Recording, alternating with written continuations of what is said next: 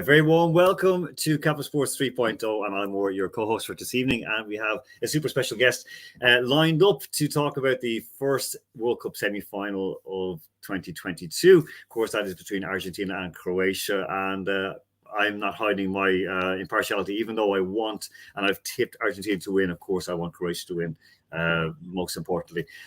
So what else have we got to speak about today? Of course, there's another semi-final come up, which could lead to a bit of civic unrest, no matter what way it goes in the, let's say the Low Countries, and of course in France as well. That, of course, is the big one with France and Morocco. But of course, we're going to start off right away, and hopefully our young lady who's on her way home will keep her footing under her. And I'm going to welcome straight into the studio my co-host this evening, Andrew Flint, Isla Cody, and okay, I'm going to say DK. I'm not going to say his full name. And of course, he is the author of and the writer for Barca Football. I'm going to start off straight away. Domagoy, what are the chances for Croatia tonight? Argentina looking good. It seems like messy time, but at the same time, this is also Modric's year.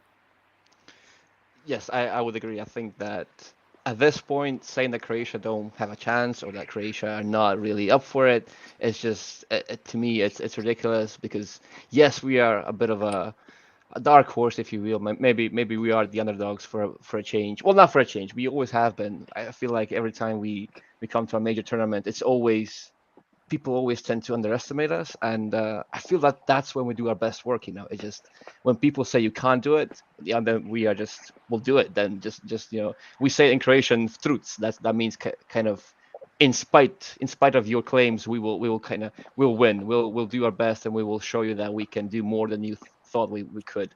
So I feel like, yes, Argentina are clearly the favorites here. There's no denying that, but at the same time, saying that Croatia cannot or will not pose a challenge, a threat to Messi and co is, to me, it's just, I don't want to say nonsense, but at the same time, it's just, at this point, I feel like Croatia need a bit more respect from people, and just saying that we go through by sheer luck is also a bit of a stretch. Yes, we are a bit of an enigma, to say the least, because we're now playing especially well. We're not really the most structured or tactically elite team, but at the same time, we have something that no one else has. We have that push, that drive, that mentality that pushes us to the top, and to be here again in the semi-final, it's incredible.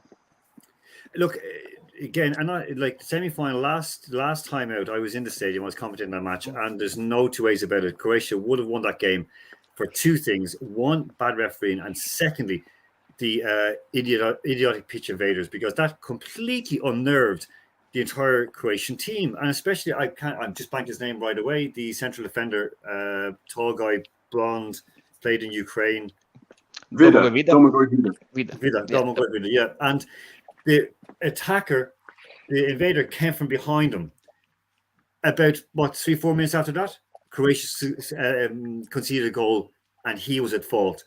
I will go to my grave and I will say this is definitely what happened, because I saw it. The whole stadium reacted. I mean, we were.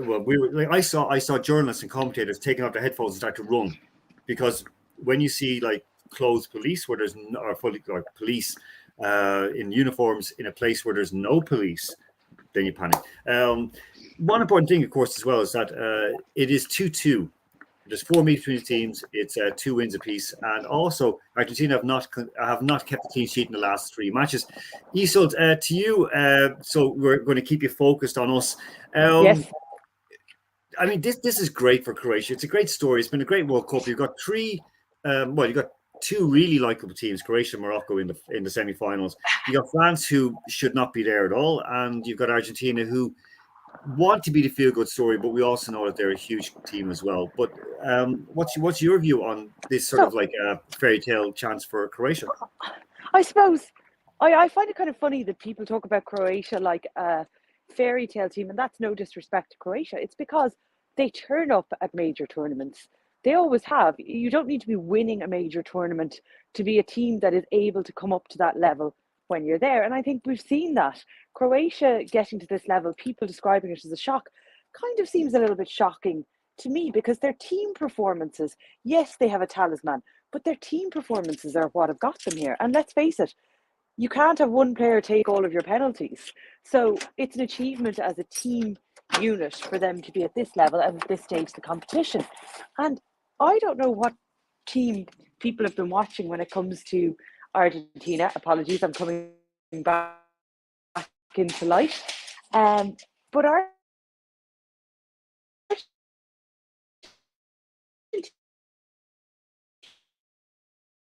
Argentina's team should be that have got to the same level that they have. And Argentina's historical record, as we've heard, 2-2. There's nothing.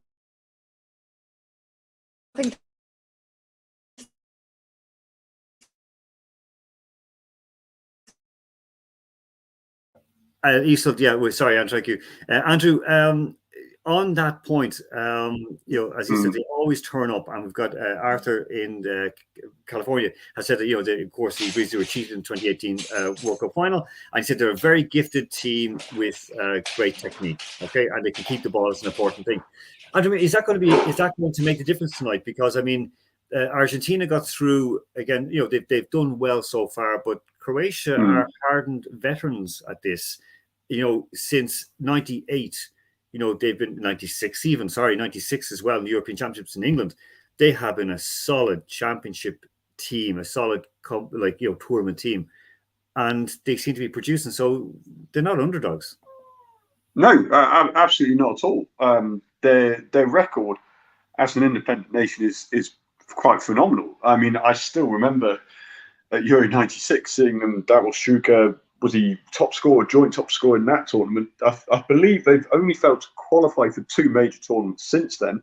The more recent records, we've obviously seen them getting to the latter stages of the 2018 World Cup, but doing so that time and in this tournament so far, they've shown virtually identical characteristics, I think, which I find genuinely fascinating, that they have like Domagoj has mentioned, they have a really unique type of team spirit.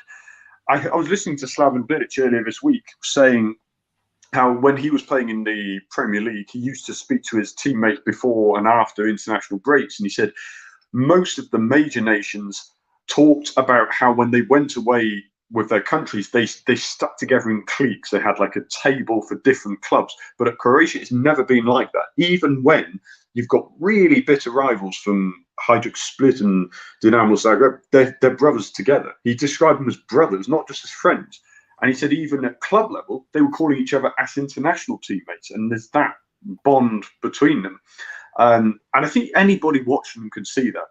Now, I know that's not a particularly tactical or in-depth way of analysing it, but I think it's so important not to underestimate that human aspect at an international tournament, because you have such limited time to prepare tactically that specific group of players that without the mentality that Croatia clearly have, it's a waste of time in the first place.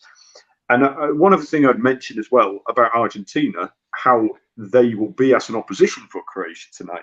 We saw how much they struggled against the Netherlands when the Netherlands basically showed a little more direct, blunt tactics, if we like.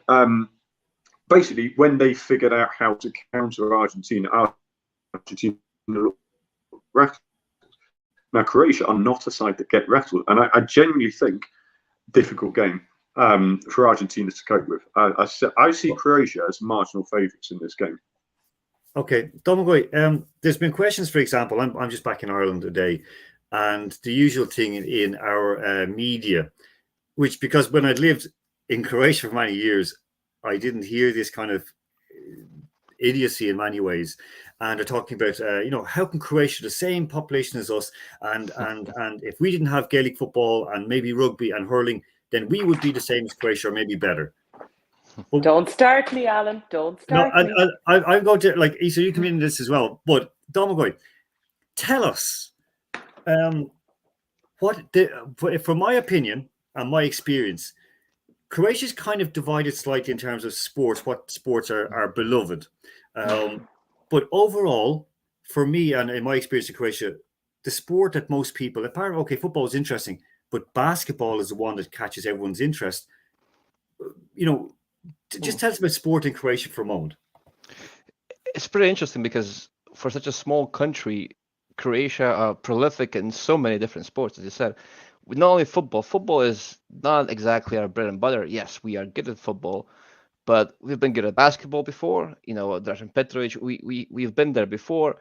Handball, extremely good at handball, and water polo. We have those 4 sports, and all those 4, we are, well, I don't want to say at the top, but we have players, we have teams, we have international teams that are formidable in the world of that sport, individual sport. So I feel like the whole culture and the country is geared towards just, I don't know if that's the mentality that we speak of, that kind of keeps us pushing forward and keeps us trying to prove people wrong. When people say they're a small country, irrelevant, not really up for it, and then we just gotta say, well, we can do it. We will show you that we can do it, and just because you said that we cannot do it, we will do it. I feel like that keeps us going, and maybe it's also the whole mentality thing when it comes to, since we've been through a war in the past. I feel like maybe that's a bad connection to make, but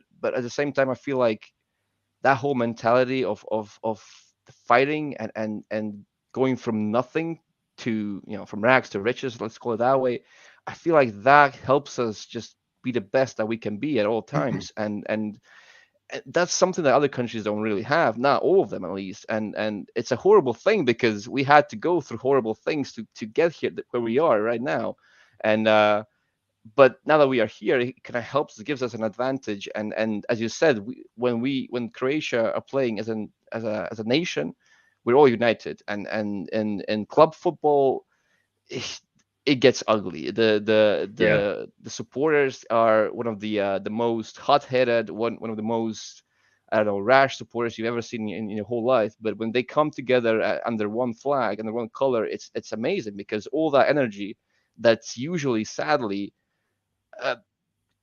presented in a negative way, suddenly it forms a positive kind of energy. And then once you have this huge positive energy on the stands and in the streets and at home, it's just incredible, because the whole country unites. You can see it on the streets, you can see it on television and on commercials, you can see it and politics. They all stand behind the team, and it's wonderful to see.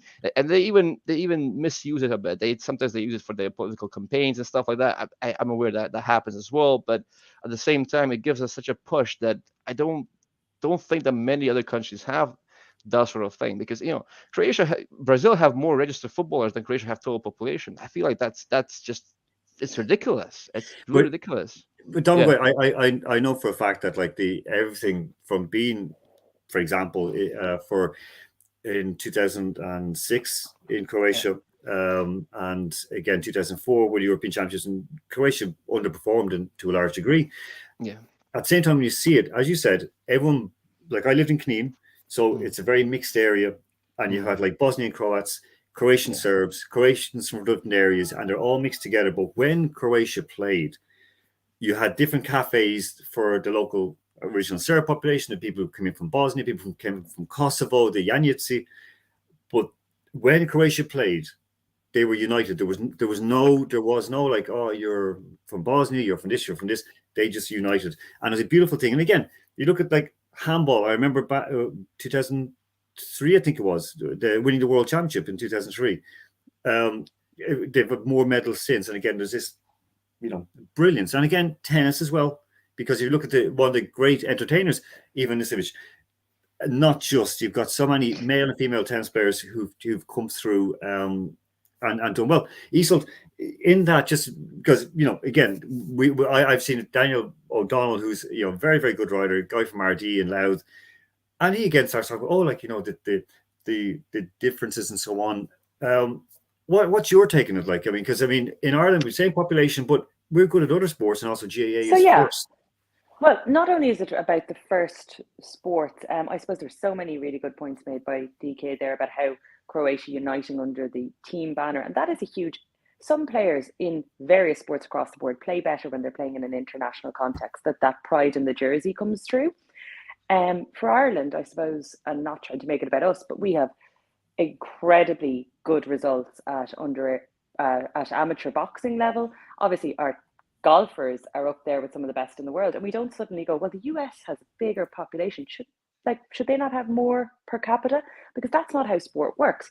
Sport works not just in terms of what you have in population, it's about what you put in to developing within the game. And if we look at what Ireland have put into developing youth players in terms of their football squads the whole way up, a lot of them have been going abroad. And that's true of other nations too.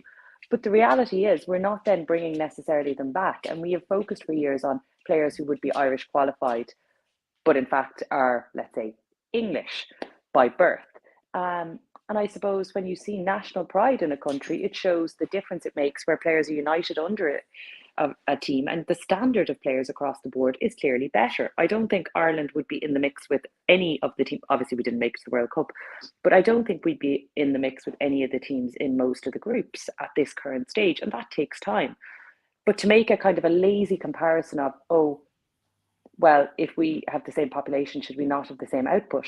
That's not how it works. And I think it's one of those things that really frustrates me, because it's like saying, well, my neighbour's down the road, we live in a similar house. Do we have the exact same job?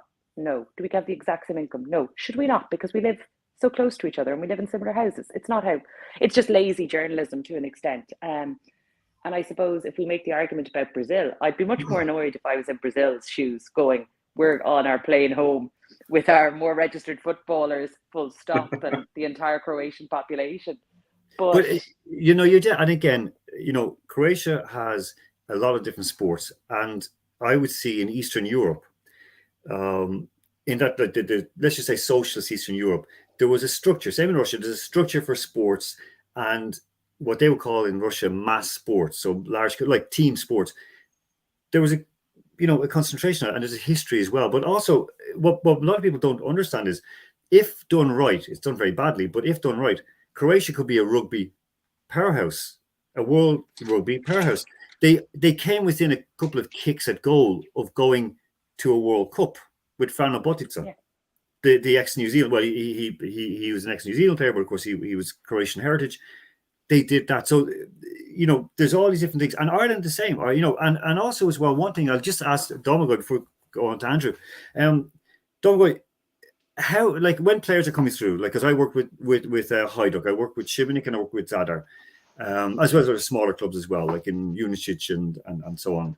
But looking at the teams, young players finish the academies, they break into the first team and then get sold on from Croatia. Am I right? Yeah. Yes, it's mostly from Dinamo Zagreb, I would say. That's Dinamo have one of the best youth academies in the whole world. It's not, I don't know if that's a well-known fact or not, but Dinamo produce, I don't know how many. I think they're with Barcelona and Real Madrid, and then Dinamo Zagreb is somewhere up there in the very top with the most young players to have come through their academy and then gone to play in various different top European clubs, which is an achievement on its own, just let alone, you know, regarding our total population and how it's just under 4 million. It's ridiculous how talented Croatians are at football and sports in general. I'm not sure how to explain it, but there must be something in the Croatian air or in the Croatian world, because how else do you explain such a phenomenon? Because it's a fact by now. It's not just, people often say it's luck, it's voodoo, it's dark magic, whatnot. But at this point, saying that Croatia are a football giant, is that a stretch to say at this point? I'm not sure. Well, they're let's just say they're a European powerhouse, because, you know, most teams will not want to go. Isold, the Mayo of the World Cup, is that Croatia or is that Brazil? that is Croatia. You would think I would be saying Brazil. So Mayo are an Irish team, Dom, that always get thereabouts, but never get over the line. So it's going to happen at some point. So maybe Croatia can take that mantle tonight. But they're a team that everyone kind of disregards. So in the sense that when people list out their best teams, they probably gloss over Croatia. But if you were to look at, and you're like, how are you glossing over them? It's just, it's a strange phenomenon. And like, let's face it, when you look at Argentina, all people talk about is Messi. With Croatia, they do talk about a team as a whole, which is Like, I think they do. I think more so. Obviously, there's the cult of one player, but I mean, if you look at it, they talk about the age of the players. So you got like Messi and Modric going up against each other. I remember Modric when he was just a little boy, when he was playing in Croatia, when he came from the Zadar region. I remember him. And I remember many of the players who were coming through as well, like, and who, well, most of them have retired since the last World Cup. But, the one thing, it just goes back onto this, because Luka Modric, he's of mixed heritage. And, at the same time, he's adored. And the same with Dada Pershaw as well. He's, from that area, he left. He couldn't get, it was still quite fresh post-conflict. He ended up having a great career abroad, but was beloved by the Croatian fans for what he did. So it was that. Andrew, on this, I mean, I was going to say, does population size matter? I always say something else, but then you made a mistake. No, I mean, it's mentality. When you talk about asking, Domagoj asks, could we consider Croatia a giant of the game? They're a developmental giant, 100%. They understand how to develop players. There's a mentality, there must be an acceptance. There must be something innate. And Domagoj can correct me here if I'm wrong, but it feels like Croatians must understand. They know they're going to get a chance. There are academies that are not just simply there for appearance's sake. That there is a pathway to football, and there's an acceptance. There must be, because the amount of Croatians who do move abroad and make such a career of it, that it's a stepping stone perhaps domestically. But it's a mentality thing. It's a mentality thing. As an English person, it is painful to talk about the World Cup right now. But let's talk about it. Let's talk about it more. Let's gloss over that. At least you're consistent.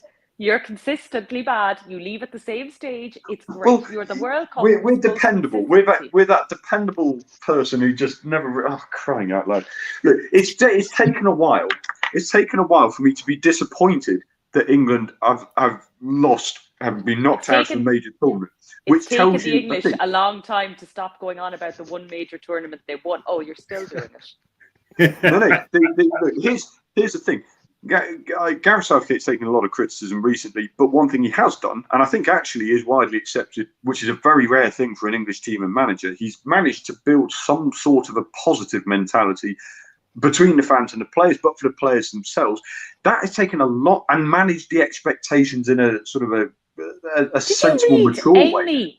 Did you read any English newspaper covers? No, but that's media. That's media. This is what I'm saying. The headlines are absolute nuts, but there is, amongst people who actually watch the games, not the copywriters who probably don't get out of their editing studio, that there's a likability factor, something better. There's a more positive atmosphere about the side, and the more logical players, like Jude Bellingham as a world-class player coming into that side, he is somebody who is being built around and should be, which for a long time English sides just simply haven't. And there's been an acceptance that, look, we're going to mess this up. We'll build up the expectations beforehand, and it's all a bit of a chaotic mindset. Look, I don't get that impression from Croatia. No, look, I'll just say this. Yeah. 9 Irish players playing for England, including Jude Bellingham. 9 Irish players who could have played for Ireland. If we're going down that road, quite a lot of English players have played for Ireland too. So we didn't take that many good ones.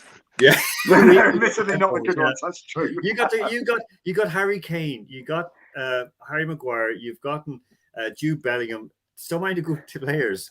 All right, but anyway, this is what happens every show. They gang up. That's okay. I'm just enjoying the show from the sidelines. Can I very briefly, before we release Dom, because I know he wants to go watch this match, just a simple explanation I have had in the background since I came in, apart from running around with the dogs, and on mute, the build-up coverage on Irish TV. If I was to not land off Mars and not know what was going on, I've seen so many images of nothing but Messi that I would think they were doing a show about a man who had died, because it's nothing but, and that's worrying. But it's also a good sign if you're Croatian, because that's all they're focusing on. Listen, they did, but listen, the build-up, I remember for England and Croatia, all the focus was on England going and meeting France in the final. And that, because that's what media do. People want to look at Messi. They'll probably do something about Luka Modric, but that's not interesting because he's not profile enough. But look, we'll have a look at the lineups, and Domagoj, just to comment on it. So just looking at the Croatian line, Livakovic, hero already. Yes. We've got players across the back line, of course, Sosa, Guardiola, Lovren, and Juranovic, Kovacic, Brozovic, and Modric in the middle, Perisic, Kramaric, and Pasalic up front. Domagoj, what should we expect from these players, and who do you think from the starting lineup for Croatia could have the greatest influence on the game? Well, it's difficult not to say Modric because he's Modric, obviously. But Croatia will have to have more than just him to beat Messi and co. I feel like, considering that Argentina have greater firepower up front, the onus will be on Croatia to somehow stop that, obviously. So how do you stop Messi? How do you stop Alvarez, Di Maria, Lautaro, Enzo? They have so much firepower up there. It's tough. So I would say defensively, well, the center-back pairing of Lovren and Guardiola they will have to retain their excellent displays we've been seeing so far, and they have been really, really good. And somehow they have to do even better than that today. Still, Messi being Messi, he will probably roam the pitch. He will start on the right and drift at a deep or inwards where he mostly receives the ball. And back in 2018, we beat them 3-0. And that was the whole point of that game, was to stop Messi from ever receiving the ball. So I feel like that will be the same, or at least we'll try to do the same thing tonight. It's far easier to just stop all the passing lanes going to Messi than trying to stop him once he's already in possession, because that's when it gets really difficult. So I think we'll see a similar kind of approach there. Croatia will kind of congest the half spaces, especially the right-sided one, and then force Messi deep or close the passing lanes to him entirely. That's how I see it happening. And we'll see diligent backtracking. That's critical. Perisic will definitely move up and down in pitch, and Pasalic as well. I feel like the whole team, the Croatian team, I don't see many surprises. Only Kramaric, for example, that's kind of the big talking point of Croatia. Who is going to play the number 9 role? Because we don't really have a player that suits all the play styles. We have different profiles for different kinds of approaches. So Kramaric is more of a false 9 type of player. He will drop deep in midfield. He will link up with the players. He will drift wide when necessary. And I feel like that this is where Croatia can dominate Argentina. That's in the middle of the pitch, because you have Modric, Kovacic, and Brozovic, and Argentina's midfield cannot cope with that. They have no quality to kind of impose themselves on Croatia. And then when you get Kramaric in the middle as well, and once he drops, Croatia should on paper have enough to kind of control the game, at least control possession as much as they can, and then keep Argentina at bay. And looking at Argentina's lineup, it could be a 4-4-2 even. So I feel like Scaloni has also recognized that Croatia will dominate the midfield, and he will try and congest that part of the pitch, put more bodies there, and try and go toe to toe with Croatia's trident. Which I feel it's still kind of advantage Croatia when you pin those two sides together in the midfield. So yeah, that's kind of how I see it for now. Okay, Andrew, start with you, Neil Diesel. Looking now at the Argentinian side, because of course, again, favorites. Many people's favorites going in. In goals against Martinez, Molina, Romero, Otamendi, and Tagliafico in defence. De Paul, Fernandez, Paredes, and McAllister in midfield, and Leo Messi and Alvarez up front. Of course, Messi will be playing kind of a roaming role. Paredes has, we know a bit about him. He is a decent player, but I don't know. I mean, is he the one who can actually try to turn something on? Because he was good, of course, up in Zenit, St. Petersburg. But is he going to be the man to make a difference tonight? I don't think on his own he is. Although I do think that Domagoj makes a very, very key point, which in a weird way might actually make Paredes key in this game, which is the supply line to Messi. Paredes' passing is immaculate. I love his style of passing. He's so quick and smooth with it. He's going to have to be absolutely flawless to really, truly make a difference. Now, I mean, again, going back to the Netherlands game, we saw he was the one involved in that flashpoint, kicking the ball at the Netherlands bench. To me, that showed almost a sign of desperation. Like he felt like, I've got to fire something up somehow. I can't really control a big environment. That's what it said to me, which is unusual given where the sides he's played in. I agree with what Domagoj says. I mean, Croatia are going to control the middle, and that could be the absolute key. Paredes, does he have enough to unlock it? Not on his own, I don't believe. Okay. And I think one problem might have is a slight lack of width for Argentina. That's where Croatia could also, I think, have a little bit of joy. Isolt, you're looking at it again, you're just watching the build-up, and it is all messy. That could be maybe just, paving the way for a massive downfall and a letdown. Because again, I tipped Argentina from the start, but once they meet Croatia, I'm veteran all the way. It's huge pressure on one player. I also think Andrew made a very good point there about the niggle that came through in the game with the Netherlands and the frustration that I suppose we saw from the Argentinians. McAllister, obviously hot-headed by all accounts, but as well, because he was one of the first in, even though he wasn't the person kicking the ball, fortunately against an empty chair in the dugout. But I think one of the things we learned actually about the Croatian team when we saw them in the game in their quarterfinal, that they kept incredibly calm, because essentially when it came down to it, Brazil were the team that were getting frustrated, and the Croatians held their nerve in a way that I think we see with the Argentinians in their last game. They were the ones that got quite tetchy, which led to that flashpoint. And there seemed to be like the comments when I was watching it anyway, the commentary the whole time was like, oh, there's niggle in the game. And it was like, no, the Argentinians seemed very frustrated. And perhaps that's because it wasn't going exactly as they had thought it would go. And I think we saw the same with Brazil. For the Croatians, if they keep a decent level of team unity, it makes it a lot more straightforward for them to let the Argentinians get hot-headed, let them get frustrated, and ultimately you also want to be thinking about the referee, who is that other important person that we need to be considering in tonight's game, because I think it could be one of those matches where we will see some flashpoints. And at this stage of the competition, and the official needs to be decisive in his actions, and not just like there were more yellow cards handed out in some of the matches than there were Brazilian yellow jerseys in attendance. Like, it was just getting a bit ridiculous. But I think we need to see decisive action in both semi-finals to set down a marker, because let's remember, the referees who are left now are the ones looking to do the final. True. Look, okay, we're going to wrap up on this, and of course Dom has to go and prepare for this match as well. So, Isil, Cody, your prediction for tonight? I'm going with Croatia. Andrew Flint? I'm going for Croatia as well. Just. Dom? Same, Croatia. Sorry, I'm going to go for Croatia in ordinary time. I think it'll be done within the 90. Because Croatia have a problem ending matches early, so I don't think it'll happen tonight. I don't think it's going to be one of those drawn out affairs, because I think they'll want to get it done. Okay, so on that, Dom, thank you very, very much. I know you need. Do you want to say? I want to talk about very briefly with the France Morocco. Yeah, we can do that. Oh, there we go. Lovely bonus. Okay, so of course then France and Morocco tomorrow. As I said, this will bring Europe to a standstill, because we saw the scenes in Paris and around France, in Belgium. Now, the people who are involved in that, they're not football fans. They're not even football supporters. They're just the same kind of assholes, who follow the English team, that minority who start trouble.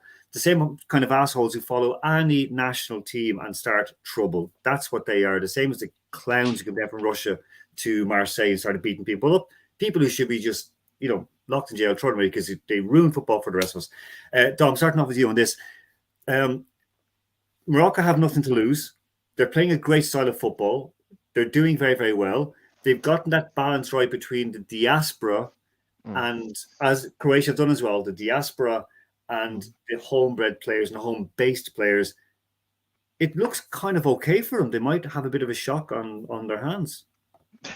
Well, I should hope so. I mean, France and Croatia don't mix well together. France have been our boogeyman for decades, and not just in football, in handball as well. It's just heartbreaking to see us lose to France all the time. So if Morocco can just give us, do us a solid and then eliminate France tonight, just before they reach the final, I would really appreciate it. And I feel like they have a real shot, because at this point, same as with Croatia, you just can't really write them off, can you? Because yes, on paper they should not win against France, but I have to say, despite France being this big favorite, since the beginning of the tournament, I don't really think that they are a flawless team.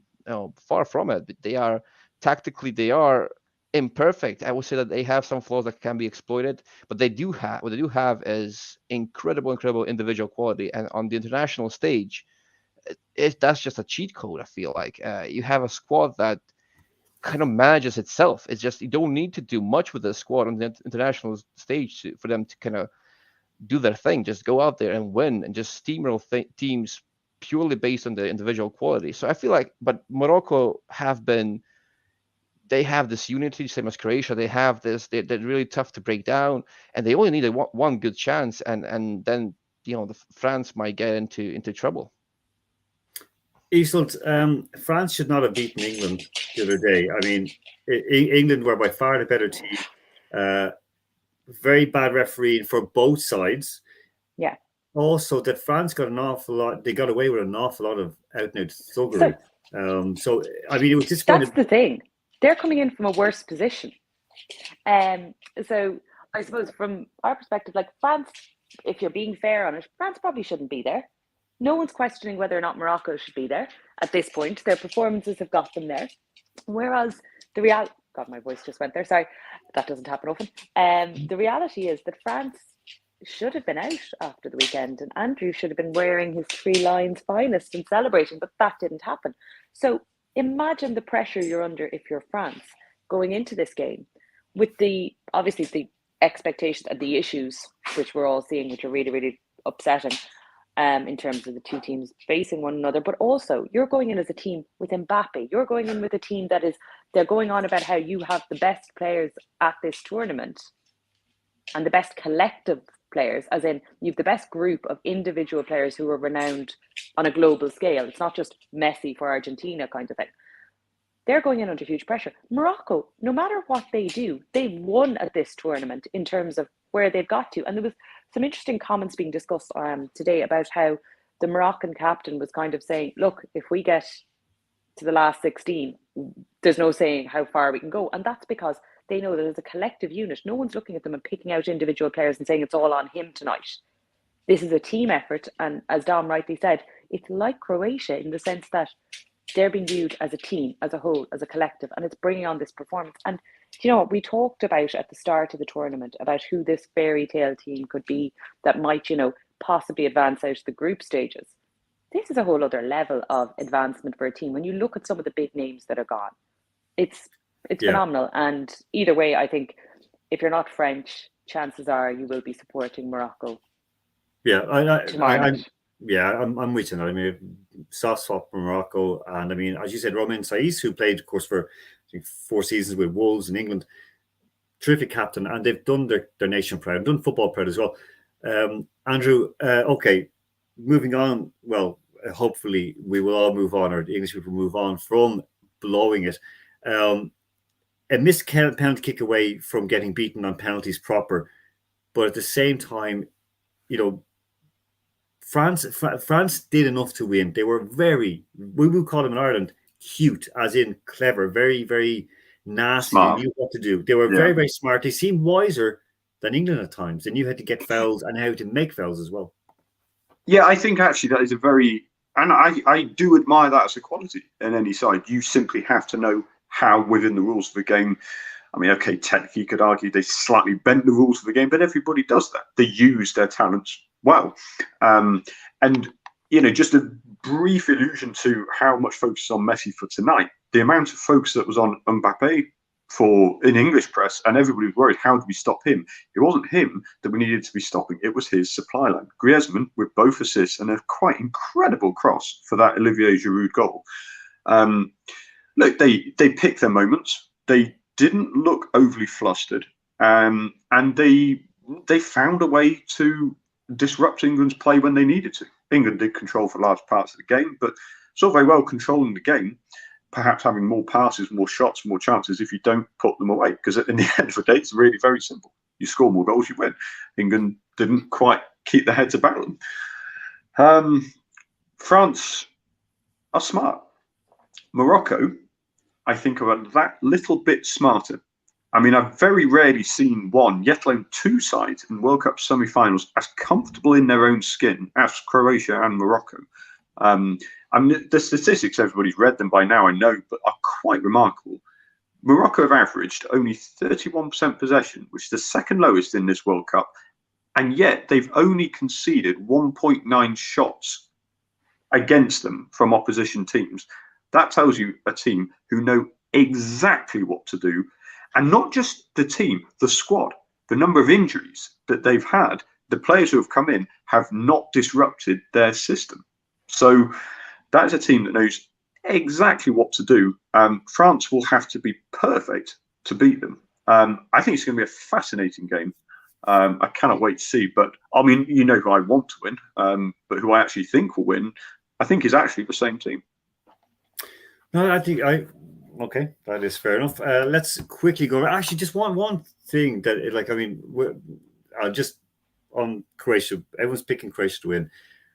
I still think Argentina will win, but I do think that Croatia have that little bit of an edge on it. Hopefully, they will. Going around the houses, starting off with Andrew. Andrew, Morocco or France? I'm going to say Morocco. Isel, Cody.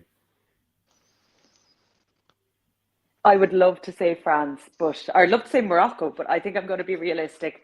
An Irish fan saying France? Get a grip, Isel. Come on. Because they steal everything. That's in their nature. But They're why those should you sorts want of them to players. win? I don't want them to win. I think they're going to win. It's like I didn't want you to even get as far as you did, but I knew you were going to. That's how it works. Look, also we have a lot of beefs with France. I've got great time for France as well. Wasn't happy seeing them win last work because I didn't believe they deserved it. That aside, I understand. Dom, who do you reckon, France or Morocco? Sadly, I think it's going to be France, but at least we can meet them in the final again, and then we can just batter them completely, and then that's. I'll take that. I'll take that then. Revenge. Right, on that note, I'll let everyone get away because it's coming close to kick off. Of course, when the Croatians, just so you know, and I've actually said this on air on Capital Sports on radio, on international radio, saying that when you hear the the start of the Croatian anthem, when they start to sing it, they sing "Our Beautiful Homeland." Naša Lipa Domovina. When they start to sing that, it's just unbelievable. And the weirdest thing was, because I can sing the national anthem, I won't do it now, but in the World Cup final in 2018, and also in the World Cup semi-final with England and Croatia, I was there and I started mouthing the words and started to sing it. And colleagues were going, "Do you know the anthem?" I'm going, "Yeah, I do." So there you go. So, okay, so I'm a veteran today. So let's go the Fiery Boys, and fingers crossed Croatia will do a good one, and then they go through to a final with Morocco. So, Dom, thank you very much. And again, Anatomy of a Genius, your book on Lionel Messi and Barca football at Substack as well, correct? Yeah, that's exactly right. Thank you so much. Thank you so much, and good luck tonight. Isel, thank you very, very much, and see you tomorrow evening. You certainly shall. I shall leave the dogs at home. Lovely. And thank you very much. And stop crying your heart out, as some gentlemen used to say. You have to use a Man City reference as well, just to rub salt in the wound. There we go. Come on, and on that note, of course, we'll be back in a couple of days with our World Cup final preview. But until then, take care of yourselves and each other and enjoy the match tonight. We're seeing the showdown, the last outing in the international theatre between two genuine world greats, Messi and Modric. Enjoy it, okay? Enjoy it, because seeing these men actually play, you'll remember it for many, many years to come. So until the day before the final, take care of yourselves and each other.